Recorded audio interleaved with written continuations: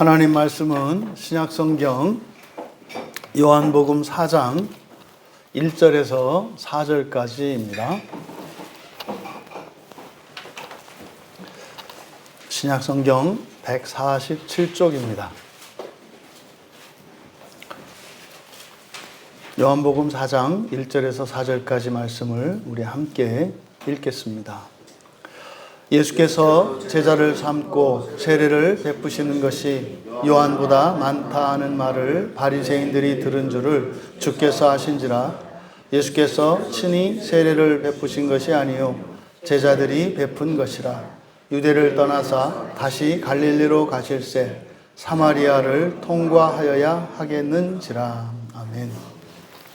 잠시 기도합니다.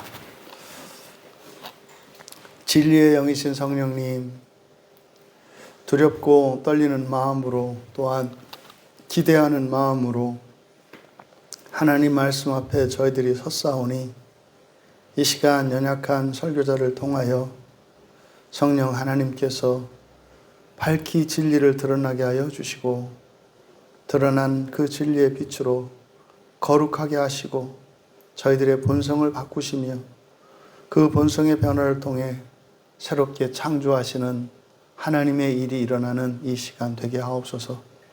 그래서 이 예배를 통해서 주시는 은혜로 하나님이 살아계심을 생생히 경험하게 하시고 이 세상을 살아갈 때 우리들의 연약함이나 우리들에게 없는 지식과 돈과 능력들로 인하여 두려워할 필요 없이 성령을 의지하며 살아갈 수 있다고 하는 분명한 확신을 갖는 이 시간 되게 하옵소서.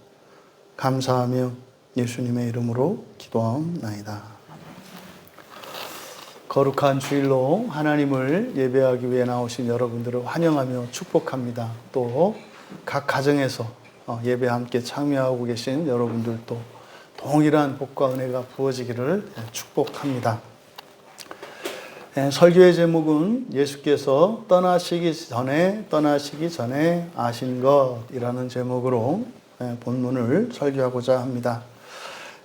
지금 우리가 함께 읽은 이 요한복음 4장 1절에서 4절까지 이 사이 부분이 간과하기 쉬운 본문입니다. 그런데 굉장히 중요하고 특별한 의미를 가지고 있는 그런 본문입니다. 그래서 여러분들이 오늘 이 본문의 사실 주제는 세례입니다. 세례에 관한 것인데 이 본문에 담긴 그 세례의 참된 그 가치와 의미를 여러분들이 깨닫고, 그래서 여러분이 세례를 이미 받으신 분들은 여러분의 세례가 얼마나 영광스럽고 놀라운 것이며, 또 특별히 오늘부터 이제 세례를 받기 위해서 준비하시고 또 입교 준비를 하게 되는데 이 세례와 입교의 영광이 무엇인지 또 분명하게 깨달을 수 있는 그런 은혜의 시간이 되기를 바랍니다. 본문에서 예수께서 제자를 삼고 세례를 베푸시는 것이 요한보다 많다 하는 말을 바리새인들이 들은 줄을 주께서 아신지라. 먼저 1절에 그냥 쉽게 우리가 단순한 사실들을 쭉 열거하면 그렇게 큰 의미가 없는 것처럼 보입니다만 성경의 진술 방식이나 이런 내용들을 살폈을 때 4장 1절에 있는 내용 가운데 우리가 눈여겨보아야 하는 것이 무엇이냐면 예수님께서 바리새인들이 어떤 내용에 대해서 들은 줄을 아신지라 라고 하는 부분이에요.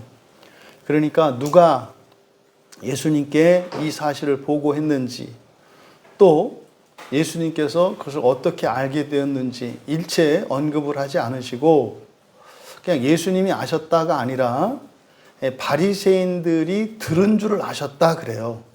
성경에 보면 우리들이 이해할 수 없는 이렇게 기적적인 내용들이 있는데,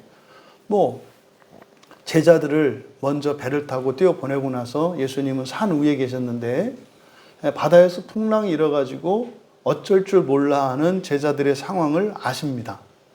그러니까 멀리 떨어져 있는 제자들의 상황, 이런 것을 알아요. 그러니까 마치 시공을 초월해서 아는 것 같은 이런 일들이 가끔 성경에 나타납니다. 그러니까 지금 여기 4장 1절에서도 그러한 기적적인 내용 중에 하나입니다. 그러니까 어떻게 예수님이 아시게 되었는지는 모르겠습니다만 바리새인들이 들은 줄을 아셨다. 이것은 굉장히 특별한 사건을 의미한다. 지금 또 우리말 성경에 1절의 끝에 아신지라 이렇게 이제 번역이 되어 있습니다. 아신지라라고 번역한 것은 알다라고 하는 말 앞에 이제 접속사가 붙어 있는데, 그러니까 호스와 운이라고 하는 이 전치사와 접속사가 함께 쓰이고 있어요. 호스 운. 근데 이 호스 운이라고 하는 헬라어로 이 말은 쓰지 않는 표현입니다. 그냥 호스만 쓰든지, 이제 호스가 영어의 as와 같은 거거든요. 뭐뭐와 같이, 뭐뭐처럼, 또 뭐뭐 할 때 뭐 이런 의미를 갖고, 운이라고 하는 이 접속사는 그러므로라는 뜻이에요. 그래서 이 두 개의 접속사가 이렇게 함께 쓰이지 않습니다. 그게 다 따로 쓰여요. 그런데 여기에서만, 이 요한복음에서만 이 호스와 운이라고 하는 이 접속사가 함께 쓰입니다. 그런데 이게 요한복음에 딱 5번 나오거든요. 여기 요한복음 4장 1절하고 그리고 40절, 그리고 11장 16절과 그리고 18장 6절, 그리고 21장 9절 이렇게 해서 딱 5번만 사용되는, 그러니까 요한이, 이 요한복음의 저자인 요한이 인과관계를 나타낼 때 사용하는 특별한 표현 방식이에요. 이게 물론 운이라고 하는 말로 그러므로 해서 이런 인과관계를 나타냅니다. 그런데 이 호스운이라고 하는 이 말은, 그러니까 요한이 특별한 목적을 가지고 특별한 의미를 부여하기 위해서 사용한 것으로 보입니다. 그래서 딱 한 번 골로새서 2장 6절에서 사도 바울이 이런 표현을 쓰거든요. 골로새서 2장 6절에서는 우리말 성경에 그러므로라고 번역되어 있습니다. 그러므로 너희가 그리스도 예수를 주로 받았으니 그 안에서 행하되. 그러니까 예수를 주님으로 영접했으니까 예수님 안에서 살아가라, 이런 의미죠. 그래서 이렇게 인과관계로 딱 갈라디아서 2장 6절에 한 번 쓰이고, 그 다음에 요한복음에 5번 사용된 특별한 표현입니다. 그러니까 이것은 어쨌든 요한복음에서 굉장히 특별한 내용을 담고 있다는 것이에요. 의미상으로는 그냥 그러므로라고 이해하시면 되겠습니다만, 그러므로는 그러므로인데 이것은 특별한 사건인 것을 요한이 나타내려고 한 것이다. 그래서 여기서 아신지라, 우리말 성경 끝에 아신지라라고 번역되어 있는 이것을 아셨으므로가 되는 거죠. 아셨으므로. 그러니까 예수님께서 아셨으므로. 그러면 어디로 이어지느냐면 2절은 이제 삽입되어 있는 내용이고 뒤에 3절로 가는 겁니다. 아셨으므로 떠났다. 그러니까 1절의 그 내용을 예수님께서 아셨으므로 유대를 떠나셨다라는 거예요. 그래서 1절과 3절이 인과관계로 묶입니다. 이것은 특별한 의미를 가지고 있는 거예요. 그러면 먼저 바리새인들이 들은 줄을 아셨다 그랬는데, 바리새인들이 들은 사실이 뭐냐? 그것을 이제 1절에서 설명한 겁니다. 예수께서 세례 요한보다 더 많은 제자를 삼으셨다는 것. 첫 번째가 그거예요. 예수께서 세례 요한보다 더 많은 제자를 만드셨다. 근데 이게 지금 현재 시제로 되어 있어요. 더 많은 제자를 만든다. 두 번째로 예수께서 세례 요한보다 더 많은 세례를 베푼다. 여기서 우리말 성경에 많다라고 번역을 해 놓았습니다만, 이제 우리말 성경의 이제 오역 중에 중요한 오역 중에 하나가 바로 이 부분이에요.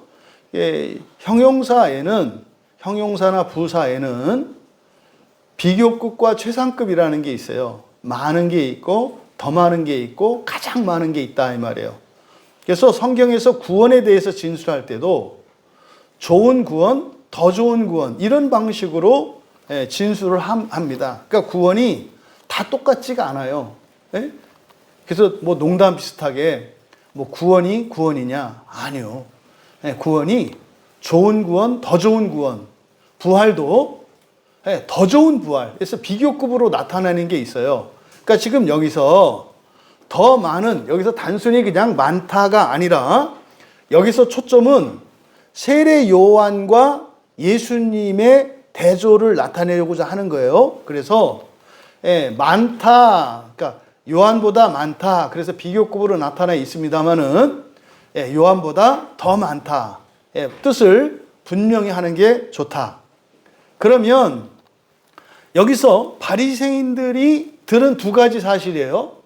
예수님이 세례 요한보다 더 많은 제자들을 만든다, 삼는다는 것과 세례 요한보다 더 많은 세례를 준다는 의미가 무엇이겠는가? 첫째로 여러분, 수가 많이 모이는 것은 의미가 있어요. 수가 많다는 것은 특별한 의미가 있습니다. 왜요? 수가 많으면 힘이 생기기 때문이에요. 수가 많으면. 이게 지금 오늘날 심각할 정도로 지금 뭐 우리 기독교는 물론이고 정치, 사회, 문화, 뭐 일반 우리의 모든 영역에서 심각하게 문제가 되고 있는 게 팬덤이거든요. 그저 사람이 많이 모이면 진리예요. 그냥 많은 사람들이 모여서 세를 이루면 옳고 그르고 맞고 틀리고도 없어요. 그냥 사람들이 많이 모이면 많이 모인 그것 자체가 힘이 되기 때문에 바로 지금 여기에서도 예수님의 제자들이 많이 모였는데 세례 요한보다 더 많은 제자들을 삼으셨다라고 하는 이거는요, 정치적인 문제에 대해서 다루고 있는 겁니다. 지금 이제 여기서 등장하는 바리새인은 1장에서도 세례 요한이 맨 처음에 세례할 때 찾아와 가지고 네가 도대체 무슨 권세로 세례를 주느냐라고 하면서 세례 요한에 찾아왔었거든요. 그럼 여기에 등장하는 바리새인은 산헤드린 공회의 회원입니다. 그러니까 지금 우리로 말하면 뭐 국회의원 같은 거예요. 뭐 사실은 그것보다 더하죠. 왜냐하면 거기는 입법, 사법, 행정권을 다 가지고 있었기 때문에 거기다가 종교권과 세속권을 다 가지고 있는 사람들이에요. 막강한 사람들이죠. 그러니까 그 바리새인들이 지금 이 두 가지 사건을 들었다라고 하는 이것은 바로 당시에 로마의 지배를 받고 있던 이 팔레스타인에서 특히 유대인들은 로마 제국의 골칫거리였습니다. 왜냐하면 이 유대인들이 말을 잘 듣지를 않아요. 죽여도 말을 안 들어요. 그리고 뭐 이렇게 땅을 주고 특권을 줘도 말을 잘 안 들어요. 그래서 고집스럽기로 유명한 것이, 그래서 이게 다스리기가, 통치하기 가장 까다로운 민족 중에 하나가 유대인이었거든요. 그래서 당시에 유대 지역을 다스리도록 권한을 위임받은 것이 총독이고 분봉왕이고, 그리고 유대인들을 대표하는 게 이 산헤드린 공회예요. 그러니까 이 산헤드린 공회원들은 로마 제국으로부터 특혜를 받고 있습니다. 그 얘기는, 특혜를 받고 있다는 얘기는 반대로 유대 민족 안에 어떤 분란이 일어나거나 문제가 발생하면 그거에 대한 책임을 또한 져야 되는 상황이에요. 그래서 잘못하면 기득권을 뺏겨버릴 수도 있고, 심하면 기득권을 뺏기는 정도가 아니라 그것에 대해서 대신 벌을 받아야 되는, 책임을 져야 되는 이런 위치에 있어요. 그러니까 지금 여기서 바리새인들이 예수님이 세례 요한보다 더 많은 제자들을 삼았다라고 하는 것은 세례 요한과 함께 많은 사람들이 모였어요. 그랬는데 그보다 더 많은 사람들이 모였다는 거예요. 그럼 일단은요, 정치하는 사람들 입장에서는 말입니다. 내 말을 듣지 않는 사람들인데 많이 모여요. 두려운 일이에요. 더더군다나 이 산헤드린 공회원 같은 경우는 앞서 말씀드린 것처럼 이것으로 인해서 자신들이 손해를 볼 수 있고 잘못하면 위험에 처할 수가 있는 상황이에요. 그것을 의미합니다. 그러니까 바리새인들이 이 세례 요한 때도 사람들이 많이 모여서 이게 잘못하면 이 봉기가 일어나 가지고 이거 반란이 일어나는 거 아닌가 하는 두려움이 있었단 말이에요. 그런데 이제는 그때보다 더 많은 사람들이 모여든다는 거예요. 바로 이 사실. 그러면 요 얘기는 압축해서 얘기한 겁니다. 그러니까 예수님 주변으로 더 많은 사람들이 모였다라고 하는 이것을 통해서 우리에게 말하고자 하는 것은 뭐예요? 바리새인들은 뭘 느꼈다는 거예요? 두려움을 느꼈다는 거예요. 두려움을. 그리고 자칫 잘못하면 이것으로 인해서 큰 분란이 일어날까 봐 걱정하게 되었다라고 하는 것을 의미해요. 또 두 번째로 더 많은 세례를 베풀었다. 이 세례라고 하는 것은 앞에 1장 21절에서 요한이 세례를 베풀 때 바리새인들이 찾아왔던 것처럼 바리새인들에게 있어서 이 세례는 특별한 의미를 갖고 있었습니다. 왜냐하면 요한에게 네가 도대체 무슨 권세로 이 세례를 주느냐? 그때 제시한 게 뭐냐? 네가 그리스도냐? 네가 엘리야냐? 네가 그 선지자냐? 이렇게 묻거든요. 그러니까 제사장도 아닌 다른 누군가가 이스라엘 백성들에게 물에 담그는 이 침례를 할 수 있는 권세는 그리스도나 엘리야나 그 선지자 특별한 이에게 있는 것인 걸 아는 거예요. 그러니까 어쩌면 바리새인들도 메시아를 기다리고 있었기 때문에 사실상 그 세례의 현장에 찾아가서 확인을 한 거예요. 근데 지금 예수님이 세례를 주는 것, 마찬가지로 요한에게 찾아갔던 것처럼 똑같이 바로 이 세례를 주는 권세는 예수님이 메시아일 수 있다라고 하는 표시인 거예요. 그러면 여러분, 지금 이 바리새인들, 당시 산헤드린 공회 안에 있었던 바리새인뿐만 아니라 사두개인이나 대제사장이나 장로들이나 이들은 기득권을 유지하고 있어요. 무슨 말이냐면 아쉬운 게 없다 이 말이에요. 여러분 아시죠? 여러분이요 돈이 많아요. 여러분이 원하는 일은 뜻대로 다 돼요. 여러분 가족이나 여러분 친인척 중에 부족한 것 있는 사람이 아무도 없어요. 다 넘쳐요. 이랬을 때 그런 사람들에게 메시아가 온다라는 것은 구약의 유대인들에게는 메시아가 온다는 것은 주의 날이에요. 심판의 날이에요. 이 세상의 끝이에요. 그러면 이제 좀 이 세상 살만하고 힘 좀 피고 살 수 있게 되었는데 이 세상 끝낸다는 얘기예요. 메시아가 왔다는 얘기는. 그럼 제가 가끔 여러분한테 여쭤보잖아요. 오늘 이 시간 메시아가, 그러니까 예수님이 다시 오셔도 되나요? 아니, 우리부터 마음이 답답해지잖아요. 우리부터. 그러니까 부족한 게 없는 게 아닌데도 우리 자체도 여러분 오늘 이 시간 예배 끝나기 전에 주님이 오셔가지고 이 세상이 끝나도 될까요? 라고 했을 때 걱정되잖아요. 집은 어떻게 해야 되고 또 집에 남겨놓은 식구는 어떻게 해야 되고 또 부모 형제는 어떻게 해야 되고 이런 오만 가지 생각이 들잖아요. 하물며 그러니까 지금 이 바리새인들은 지금으로 말하면은요 정치, 경제, 사회, 모든 영역에서 부족함이 없는 사람들이에요. 네? 그런 사람들에게 메시아가 왔다라고 하는 것은 뭐다? 세상 끝이란 얘기거든요. 이거를 여러분들이 기뻐하겠는가? 그러니까 지금 바리새인들이 바로 예수님이 메시아일지도 모른다라고 하는 사실을 알게 되었다는 거예요. 그럼 여기서는 안 나타나고 있지만 바리새인들이 어떤 생각을 했을까? 이것은 여러분 개인적으로 얼마든지 추론하셔도 되는 거예요. 얼마든지 추론하셔도 돼요. 그런데 전체의 맥락으로 보면 바리새인들은 원하지 않아요. 메시아가 오기를 원하지 않는다고요. 그런 의미에서 오늘날 살아가는 그리스도인 중에 지금 당장이라도 예수님이 재림하기를 원하지 않는 이런 생각을 가지고 있다면 이게 바리새인적인 생각이라는 것을 아시면 돼요. 아닌데 나 이제 대학교 들어가서 이제 코로나도 끝나고 이제 뭐 축제도 시작하고 이제 뭐 미팅도 이제 막 시작을 해서 아닌데 나 아직 결혼 못 했는데 결혼은 해야 되는데 아닌데 나 아직 퇴직금 못 탔는데 뭐 이런 거죠. 아닌데 나 입주 못 했는데. 그러니까 주님이 오시면 안 되는 이유들이 굉장히 많잖아요. 우리들의 내면에, 그러니까 우리들의 신앙 안에 많은 허위들이 있다는 것을 우리가 알 수 있는 거예요.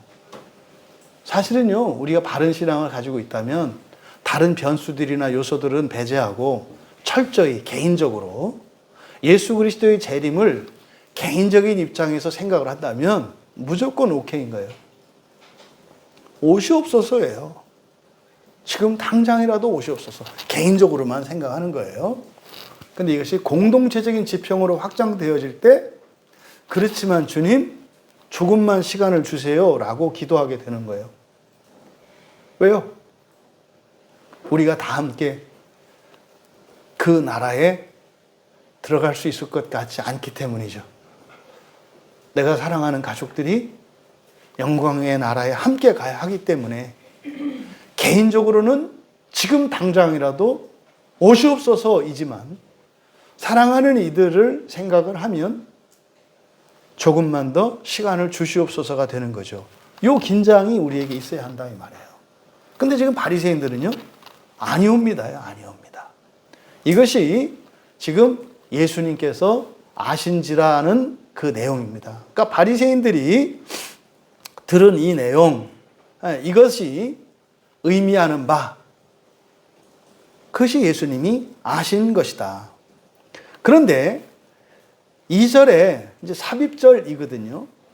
예수께서 친히 세례를 베푸신 것이 아니요. 2절의 맨 앞에 사실은 이라는 말이 우리말 성경에는 생략되어 있습니다. 그래서 카이토이게라는 말이 있는데 우리말로는 번역이 되지 않았어요. 그래서 이것은 뭐 비록 뭐뭐일지라도 내지는 사실은 이렇게 번역할 수 있는 말이에요. 사실은 예수께서 친히 세례를 베푼 것이 아니요 제자들이 베푼 것이다. 이게 지금 요한복음에만 제자들이 세례를 베풀었다고 하는 사실을 기록하고 있어요. 그래서 대부분의 신학자들이 주의를 할 때 예수님은 세례를 직접 베풀지 않으셨다. 왜? 요 근거 구절을 쓰는 거예요. 예수님이 친히 베풀지 않고 제자들이 베풀었다고. 이것도 이제 미완료 시제로 되어 있기 때문에 제자들이 계속해서 세례를 베풀었다고 말하니까 예수님이 친히 베푼 것은 아니다. 이렇게 주장을 해요. 그런데 앞에서도 3장 설교할 때 말씀을 드렸습니다만 그렇게 주장할 필요가 없다. 그러면 우리가 유추할 수 있어요. 왜요? 앞에서 3장 26절에서 또 마가복음 1장 4절에서도 마가복음 14장에서도 예수님이 직접 세례를 베푸신 것에 대해서 말씀을 한다고요. 제가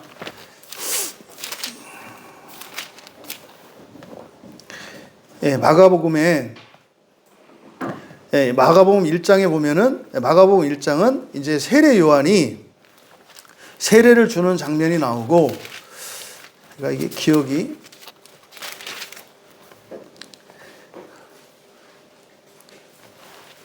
제가 정확하지가 않으네요. 어쨌든 1장에서 앞에서 이미 예수님께서 직접 세례를 베푸셨다고 3장 26절에서 말씀을 했단 말이에요. 왜요? 세례 요한의 제자들이 자기 스승인 세례 요한에게 가서 보고를 해요. 요한 선생님, 요한 스승님, 그 예수님이 스승님이 세례를 주셨던 또 그때 함께 계셨던 그 예수가 그 세례를 베풀어요. 그래서 사람들이 그리 막 몰려가요. 이것은 요한의 제자들이 직접 목격한 것을 보고 보고를 했기 때문에 예수님께서 세례를 베푸신 일은 실제로 있었던 거예요. 그러니까 마가복음에서도 예수님이 직접 세례를 베푼 것을 보도하고 있어요. 그런데 4장 2절에서 예수님께서 친히 베푸신 것이 아니요 제자들이 베풀었다는 것은 지금 2절의 내용을 말씀하고자 2절을 통해서 말씀하고자 하는 내용은 예수님이 아니라 제자들이 베푼 것이다. 그러니까 누가 베풀었느냐 이것을 말하려는 게 아니라 지금 2절의 내용은 1절에서 바리새인들이 왜 예수님이 세례 요한보다 더 많은 세례를 베풀었다고 알게 되었는지를 얘기한 거예요. 그러니까 바리새인들은 예수님의 제자들이 베푼 세례도 예수님이 베푼 세례로 생각했다는 거예요. 요한의 세례는 요한만 줘요. 그런데 예수님의 세례는 예수님만 주시는 것이 아니라 제자들이. 그러면 3장의 내용, 3장에서 4장으로 이어지는 이 문맥 속에서 우리가 알 수 있는 것은 예수님께서 세례를 주셨고 예수님께서 세례를 주실 때 또한 제자들에게도 사도들이겠죠. 또 이 사도들에게도 세례를 주도록 위임하셨던 것으로 우리가 이해할 수 있는 거예요. 그래서 처음에는 예수님이 직접 세례를 주셨겠습니다마는 그 이후로부터는 예수님의 제자들도 계속해서 세례를 주고 있었던 거죠. 그래서 요한에게 세례를 받은 사람들보다 예수님에게 세례를 받은 사람이 더 많았다라는 사실을 2절에서 이야기하려고 하는 거죠. 여기서 밝히고 있는 것은 뭐냐? 세례가 위임되었다는 거예요. 예수님이 주시는 세례가 제자들에게 위임되었다는 거예요. 그래서 이미 예수님이 제자들을 파송하시고 또 제자들과 함께 있을 때 세례를 주셨고 또 세례를 주실 때 제자들도 그 세례 주는 일에 참여했다는 것을 알 수 있어요. 그러니까 여기서 지금 요한이 이 사건을 여기다 기록하고 있는 것은 특별한 의미를 갖고 있어요. 이거는요, 세례는 제자들이 예수님을 계승해서 계속 해야 되는 절대적인 사역인 것을 나타내려고 하는 거예요. 실제로 마태복음의 끝에 예수님께서 대위임 명령이라고 할 때 제자들에게 명하신 내용 중에 뭐가 있어요? 모든 민족에게 세례를 베풀라고 하시거든요. 그러니까 이 요한복음의 내용을 보았을 때 예수님이 마지막에 세례를 베풀라고 하신 것이 아니라 마태복음 28장에서 마지막에 세례를 하라고 명령하셨던 그 내용은 뭐예요? 이제부터 세례를 주라는 명령이 아니라 뭐였던 거예요? 이 사역을 다시 말해서 세례 베푸는 일을 중단하지 말고 계속 해야 된다는 것을 말씀하신 것임을 알 수 있다는 거죠. 그러면 바로 이 문맥에서 그러니까 왜 여기에 이 세례, 제자들이 세례를 베푼 사건을 왜 여기에다가 기록했을까? 또 2장의 2절에 왜 예수께서 친히 베푼 것이 아니고 제자들이 베풀었다고 함으로써 지금 많은 신학자들이 주장하는 것처럼 봐라, 예수님은 결국 성경에서 예수님이 세례를 베풀었다고 할 때 그거는 예수님이 베푼 게 아니라 제자들이 베푼 거였다. 그러니까 예수님은 직접 세례를 행하신 적이 없다라고 주장할 수도 있단 말이에요. 근데 이 문맥 자체가 그건 아닌데 그런 오해가 있을 수 있도록 왜 이렇게 했을까? 요한이 왜 이 내용을 썼을까? 이건 제 생각으로 마태복음 3장과 누가복음 3장에 보면 세례 요한이 자신이 주는 세례와 예수님이 주시는 세례에 대한 차이점에 대해서 얘기를 해요. 나는 너희들한테 물로 세례를 줘. 그런데 마태복음 3장 11절과 누가복음 3장 16절에서 세례 요한이 얘기를 한단 말이에요. 메시아는, 예수님은 물로 세례를 주는 분이 아니라 뭘로 세례를 준다 그래요? 성령과 불로. 성령과 불로 세례를 주신다 그래요. 그러니까 마태복음과 누가복음에서 예수님이 베푸실 세례는 성령과 불로 베푸실 세례라고 말씀했기 때문에 요한복음에서는 바로 예수님이 성령과 불로 베푸실 그 세례와 차별화하기 위해서 물 세례는 마치 제자들이 준 것처럼, 그런데 이거를 완전히 예수님은 물 세례를 주지 않았다라고 주장하게 되면 또 다른 신학적인 문제를 낳아요. 그런가요? 물 세례 따르고 성령 세례 따르고 지금도 지금 계속 그러거든요. 그러니까 이제 우리나라의 대표적인 게 순복음교회 계통, 오순절 계통의 그 교회 교인들을 만나시면은 물 세례냐 성령 세례냐를 갖고 따져요. 이게 성령 세례를 받아야 구원받았다. 여러분 중에 이제 뭐 오순절 쪽에서 신앙생활 해본 사람들은 많이 들어버려요. 그래가지고 그분들이 잘 부르는 찬양 중에 하나 뭐가 있어요? 불로. 뭐. 그거요, 정말 무식한 말이에요. 예수님이 성령과 불로 세례를 준다 할 때, 우리는 세례를 준다 그러니까 이렇게 우리가 물 세례 주는 것처럼 이렇게 이해한단 말이에요. 세례라고 번역되어 있지만 원래는 이게 세례가 아니고 뭐라고요? 담그는 거라 그랬죠. 그래서 물로 세례 준다라고 할 때는 물 속에 담그는 걸 말해요. 그러니까 물 침례라고요. 그러면요, 성령과 불로 침례한다는 거예요. 이렇게 여기서 뜨끈뜨끈하게 이렇게 얹어서 이렇게 따뜻하게 해주고 뭐 이렇게 그런 의미가 아니라 뭐 하는 거라고요? 담그는 거라고요. 그러면 예수님께서 주실 세례가 요한이 말씀하기를 성령과 불로 준다라고 했을 때 이게 의미하는 게 뭐라 그랬어요? 설교했는데 그냥 다 아는 걸로 알고 다시 얘기를 할게요. 세례 요한이 예수님께서 성령과 불로 주신다고 하는 것은 심판을 의미하는 거예요. 심판을.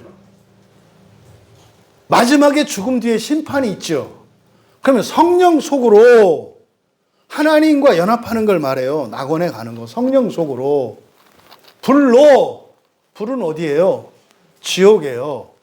그러니까 예수님께서 주실 고유한 그 성령과 불로 주는 세례라고 하는 것은 마지막에 심판을 의미하는 말이에요. 살아있는 동안 이게 아니라, 그래서 이 세상에서 세례는 성령 세례가 따로 있고 물 세례가 따로 있는 게 아니에요. 교회에서 세례를 받잖아요. 이 세례로 받는 것은 물로 씻음과 성령으로 거듭남에 대해서 인치는 그런 표예요. 그러니까 2절에 대한 요한복음 4장 2절에 대한 오해로 말미암아서 물 세례가 따로 있고 성령 세례가 따로 있는 것처럼 이야기를 한단 말이에요. 그럼 성령 세례가 따로 있는 것처럼 말하는 것은 바로 세례 요한이 말씀했던 예수님은 성령과 불로 준다라고 했을 때 불은 빼고 성령으로 세례 준다 이렇게 얘기한다 이 말이에요. 그게 아니라 예수님이 성령과 불로 준다고 하는 것은 뭐다? 심판에 대한 얘기라고요. 심판. 그러면요, 1차적으로 여러분들이 세례를 받을 때 심판을 받으시는 거죠. 그래서 세례 받으면 어떻게 된다 했어요? 세례 받는 그 순간 그 이전에 있었던 모든 죄책이 다 사라져요. 그렇게 할 수 있는 근거는 뭐예요? 예수 그리스도께서 십자가에서 속죄물이 되어주셔서 무한 속죄물로 죽으셨기 때문에 교회에서 여러분들이 세례를 받을 때 그 순간, 세례 받는 순간 그 이전까지 모든 죄는 다 사해져요. 이렇게 얘기하면 호기심 많은 사람들은, 또 짓궂은 사람도 어떻게 생각해요? 아하, 세례는 최대한 늦게 받아야 되겠구나. 쭉 몰았다가 마지막에 한 방에 받으면 이거 최고다. 이게 구원이 뭔지 모르기 때문에 이게 이런 얘기들이 비비 꼬이는 거예요. 그래서 어쨌든 세례의 효과는 뭐다? 세례를 받는 즉시 그 이전에 지은 모든 죄가 사라져요. 죄책이 사라진다고. 그것 때문에 벌 받고 이런 일 없다 이 말이에요. 근데 문제는 사람이 안 변했어. 똑같은 죄를 반복해서 져요. 이게 문제죠. 그래서 그럼 어떻게 돼요? 세례를 그래서 또 받아야 되나? 또 받을 필요가 없다 했죠. 세례는 한 번이라 그랬죠. 그래서 그 다음에 그래서 어떻게 그러면 우리가 세례받고 난 이후에 짓는 죄에 대해서는 어떻게 해결해야 되는 거예요? 성찬인 거예요. 성찬에 참여함으로써 그랬잖아요. 우리 교회가 한 달에 한 번씩 마지막 주일에 성찬식을 하잖아요. 그래서 어쨌든 우리 교회는 한 달에 한 번씩 속죄를 받고 있거든요. 그래서 돌아가시더라도 가급적이면 성수주일 가차에 돌아가셔라. 그게 좀 안전하다. 이게 사실적인 거예요. 그래서 이 성찬을 통해서 그 피의 언약에 참여함으로써 갱신되는 거예요. 그래서 여러분이 성찬에 참여하는 순간 세례를 받았을 때 그 이전의 모든 죄가 사해진 것처럼 성찬에 참여함으로써 그 떡과 잔을 먹고 마심으로써 그 이전에 있던 모든 죄책이 사라지는 거예요. 그러니까 성찬은 여러분 단순한 형식이 아니에요. 여러분들이 종말의 심판을 믿는 사람들은요, 그래서 성찬은요, 목숨 걸고 지켜야 되는 거예요. 그 어떤 것보다 더 중요한 거예요. 오늘날 이 세례와 성찬이 형식화되어서 못 누리고 있어요. 제 마음 같아서는 매주 사실은 모든 예배 가운데 성찬이 있는 거거든요. 그런데 여러분, 예배가 되면은요, 예배는 여러분의 특권인 동시에 의무가 돼요. 무슨 말입니까? 여러분이 예배에 빠지면 죄를 짓는 일이라고요. 책임을 져야 된다고요. 그러면요, 주일 예배와 주중에 드리는 새벽 기도회, 수요일, 금요 기도회. 그래서 주일 예배를 제외하고는 교회에서 드리는 예배에서 예배라는 명칭은 맞지 않아요.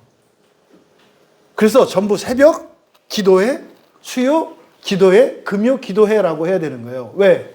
기도회는요, 책임과 의무가 없어요.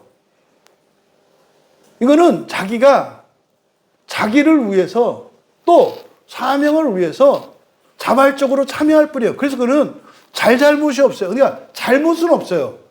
기도에 참여하지 않는 게 잘못 아니다 이 말이에요. 참여해서 하는 것은요, 잘하는 일이에요. 자기 자신을 위해서도 잘하는 일이요, 가정을 위해서도 잘하는 일이요, 가문을 위해서도 잘하는 일이요, 민족을 위해서도 잘하는 일이요, 시대를 위해서도 잘하는 일이에요. 하지만 참여하지 않으면 잘못하는 거 아니에요. 그러니까 여러분들이 새벽기도, 수요기도, 금요기도 참여 못한다고 그래서 그거 가지고 여러분들이 조금 더 죄책감을 갖거나 마음 불편해할 이유가 전혀 없어요. 전혀. 다만 여러분들이 그렇게 참여할 때 그것은 영광스러운 것이고 좋은 것이다. 이렇게 아시면 돼요. 얘기가 좀 많이 나갔는데 어쨌든 2절에서 말씀하는 바 예수님은 세례 베풀지 않았다. 이런 내용이 아니다. 여기서 말씀하고자 하는 것은 뭐다? 예수님의 세례가 제자들에게 위임되었고, 여기서 위임된 것은 예수님이 하는 것과 동일한 것이기 때문에 바리새인들이 예수님의 세례로 말했다는 거예요. 그래서 제자들이 세례를 주는 이 일은 절대적이고 중단되면 안 되는 일이고, 예수를 믿는 그리스도인들에게는 세례를 받는 일이 절대적인 일이고 영적인 일이고 굉장히 중요한 일이라는 것을 말씀하려고 하는 거다. 마가복음 16장 16절에서 그렇게 말씀한다니까요. 믿고 세례를 받는 사람은 구원을 얻을 것이요.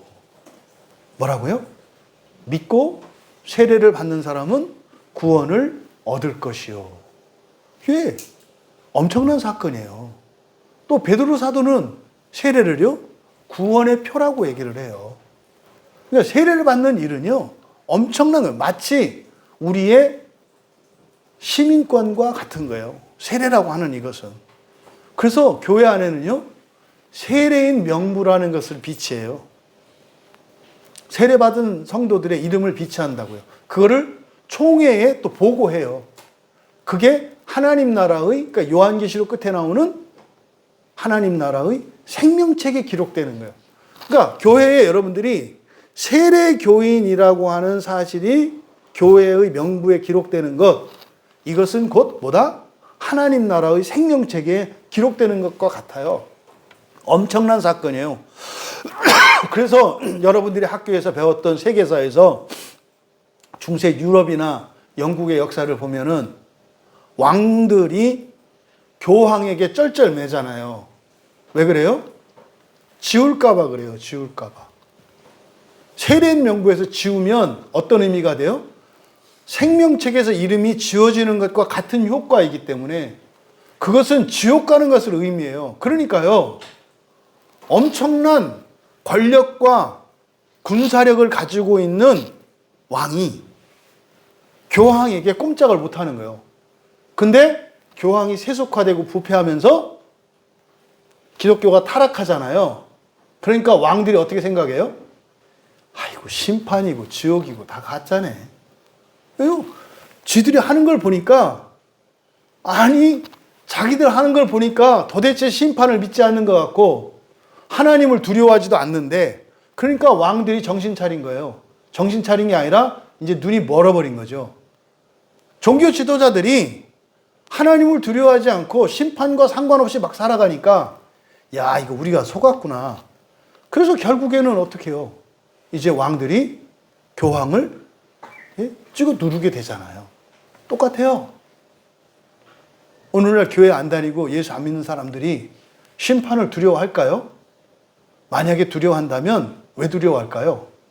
그리스도인들을 보고 두려워하는 거예요.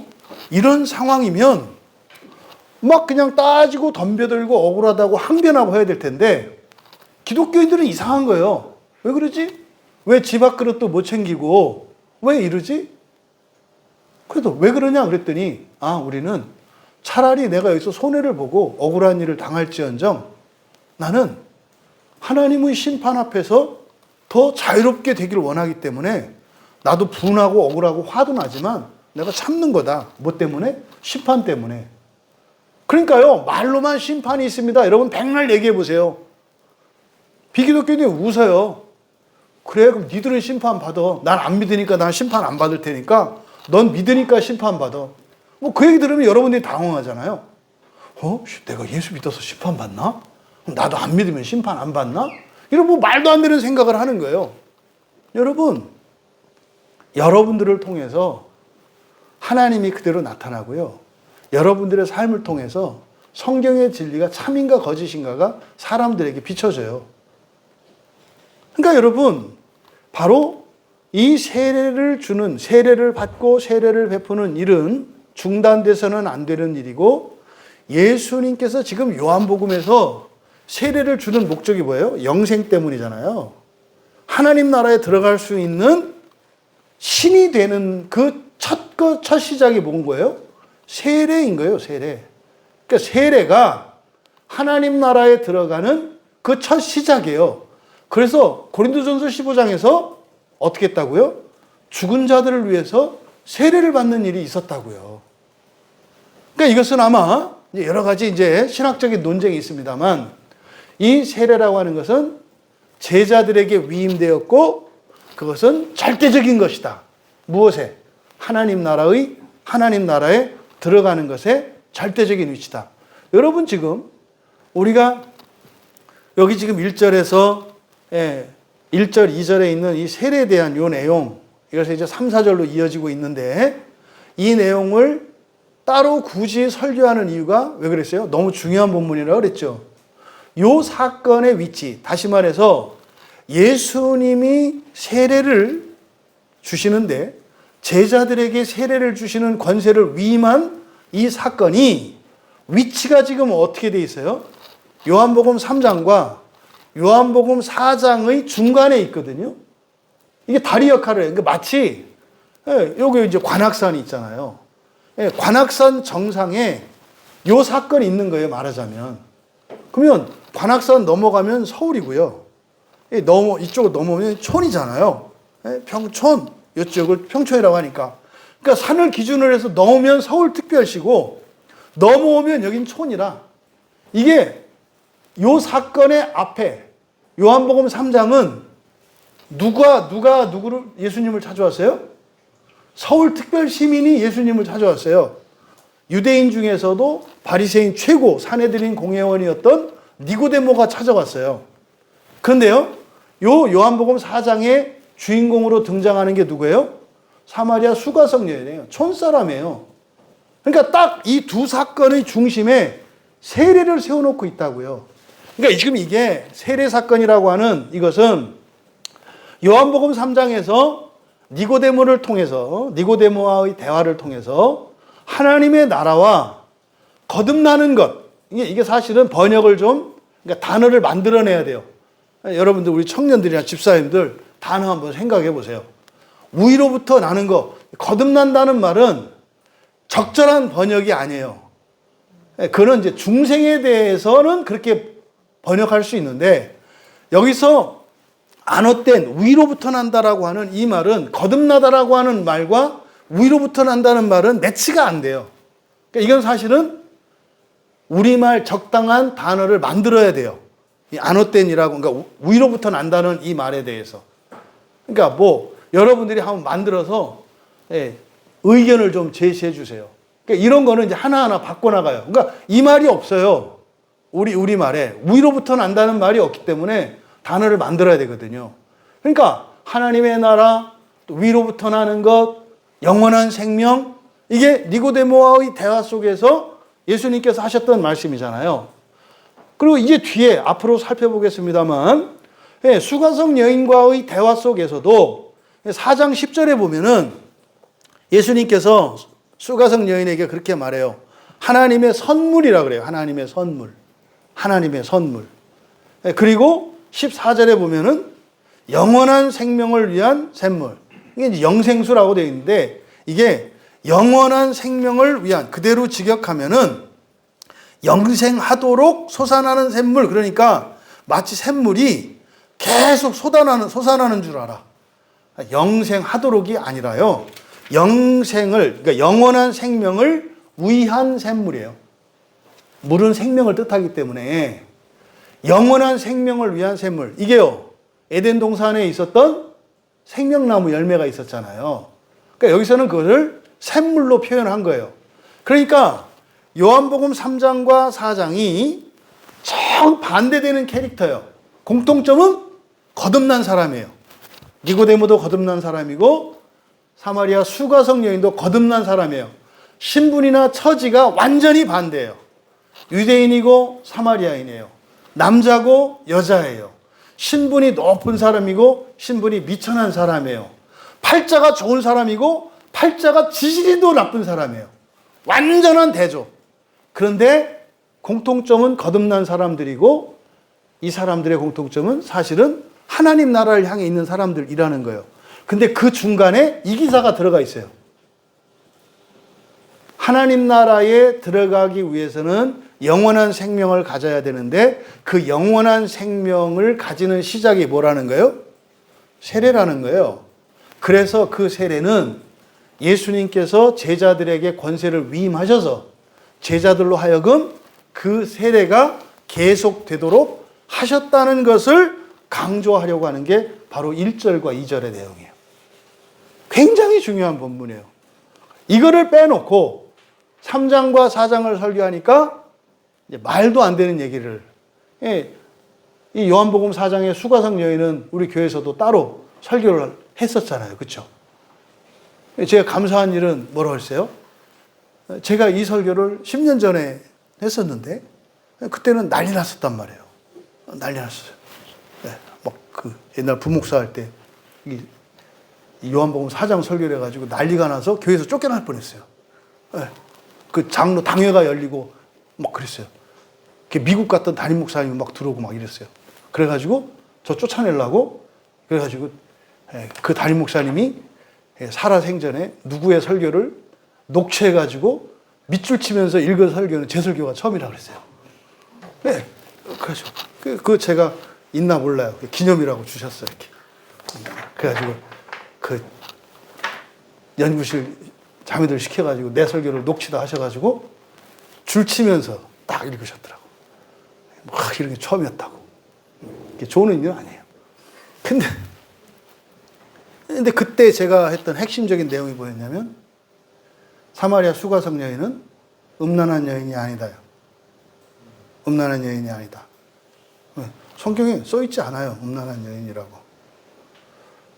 남편이 5 있고 6번째라고 하는 이거 가지고 음란한 여인이래. 여러분, 재혼한 사람들은 음란한 사람들이에요? 불쌍한 사람들이에요. 마음 아픈 사람들이에요. 이혼이 됐든 사별이 됐든 뭐가 됐든 부부가 헤어지는 일은요, 생살이 찢기는 일이거든요. 한 번도 하기 싫은 일인데 5번이나 그걸 경험했다면 그 여인은 어떤 여인일까요? 그래서 이제 쭉 보겠습니다만 일부러 찾아갔어요. 왜요? 너무 불쌍하고 너무 마음이 아파서 찾아가. 근데 온 교회가 그 수가성 여인에게 주홍 글씨를 딱 붙여놓고 음란한 여인으로 돌을 던져요. 저는 그게 너무 성경을 본문 주의를 하니까 저도 그렇게 이제 가르쳤었는데 성경을 보니까 아니야. 그 여인한테 얼마나 미안해요? 얼마나 죄송해요? 주님이 얼마나 마음 아팠을까? 그래서 이제 그 설교를 사실은 안 하려고 했죠. 이거 했다가는 잘못하면 이거 큰일 나겠다. 근데 목사의 양심이 안 할 수가 없었어요. 왜요? 누명을 쓴 여자가 있는데 그걸 알았는데 어떻게 안 해요? 심지어 간음하다가 잡힌 여자도 주님이 막아서시고 변호하시잖아요. 너희들 중에 죄 없는 자가 먼저 돌 던져 그래가지고 못 때리게 하잖아요. 그래서 그런 여인도 회개시켜서 주님은 구원하시는데 간음했다는 얘기도 없고 단지 5번 결혼하고 6번째 결혼을 한 것만으로 그 여자를 음란한 여인으로 돌 던지고 있는 이 교회에 대해서 제가 이제 막 울분을 일으킨 거예요, 이렇게. 2000년 동안 음란한 여인, 아마 이 다음에 저 만날 거거든요?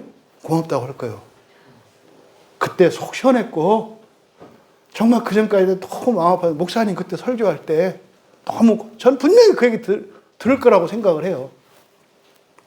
지금은요, 이게 제가 이 설교는 가끔 이렇게 듣는다고요. 지금은 제가 했던 설교를 비슷하게 하는 분들이 하나씩, 둘씩 늘어나요. 이게 나중에 이제 뭐 다시 하겠습니다만.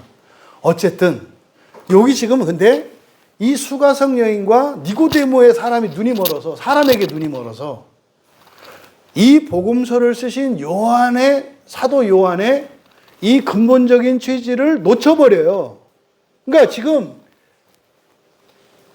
수가성 여인과 니고데모 사이에 이 관악산과 같은 서울과 이 평촌 사이에 세례라고 하는 산을 세우셔서 그 정상에 그 핵심이 뭐라는 거예요? 세례라는 거예요.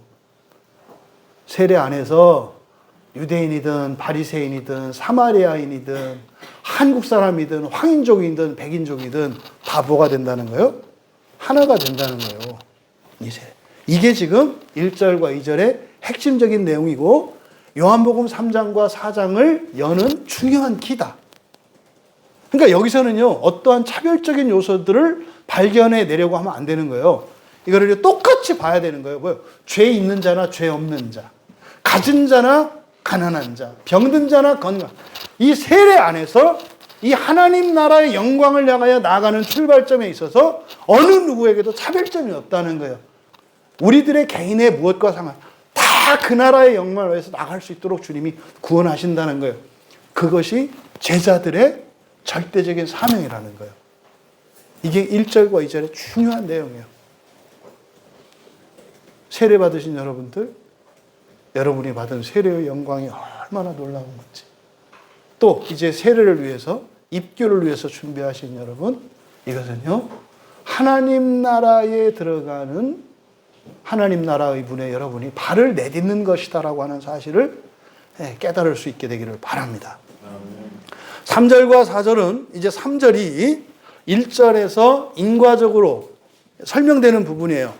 주께서 아신지라 이것을 어떻게 해야 된다 했어요? 아셨으므로.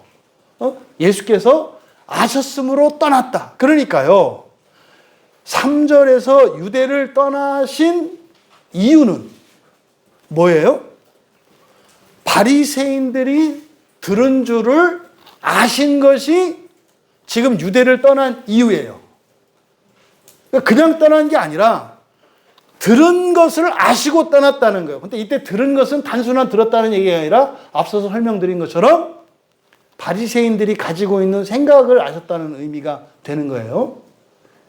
이제 무슨 반란이 일어날까 봐, 자신들의 기득권을 일어날까 봐 잃어버릴까봐 굉장히 두려워하고 있다라고 하는 사실. 그래서 그들이요, 어떤 생각을 할지도 예상한 거예요. 뭐 하겠어요? 성경을, 여러분도 아시죠? 예수님을 죽이려고 하겠죠. 죽이려고 하겠죠. 그걸 하셨다는 거죠. 그런데 여기서 떠났다라고 하는 여기에 아피엠이라는 말을 써요. 이 아피엠에는 신약 성경에서 중요한 단어 중에 하나예요. 아피에미. 이 아피에미가 의미하는 바는 분리를 의미합니다. 아피엠이라는 단어는 분리를 의미해요. 그러니까 장소를 기준으로 또 어떤 장소에서 분리되는 거니까 떠나다 이런 의미가 되는 거예요. 그러니까 떠나다라고 번역할 수 있어요. 그러니까 여기서는 장소의 분리를 말하죠. 그런데요, 자기 뜻과의 분리를 의미하면 허락하다가 되는 거예요. 그래서 우리가 히브리서 6장 1절 할 때 여러분들이 예수님의 처음의 말씀을 허락하였으므로, 여러분들이 그것을 용납하였으므로 이렇게 얘기했잖아요. 그러니까 이때 허락하다, 용납하다 이것은 뭐예요? 자기 뜻으로부터 분리되는 거예요.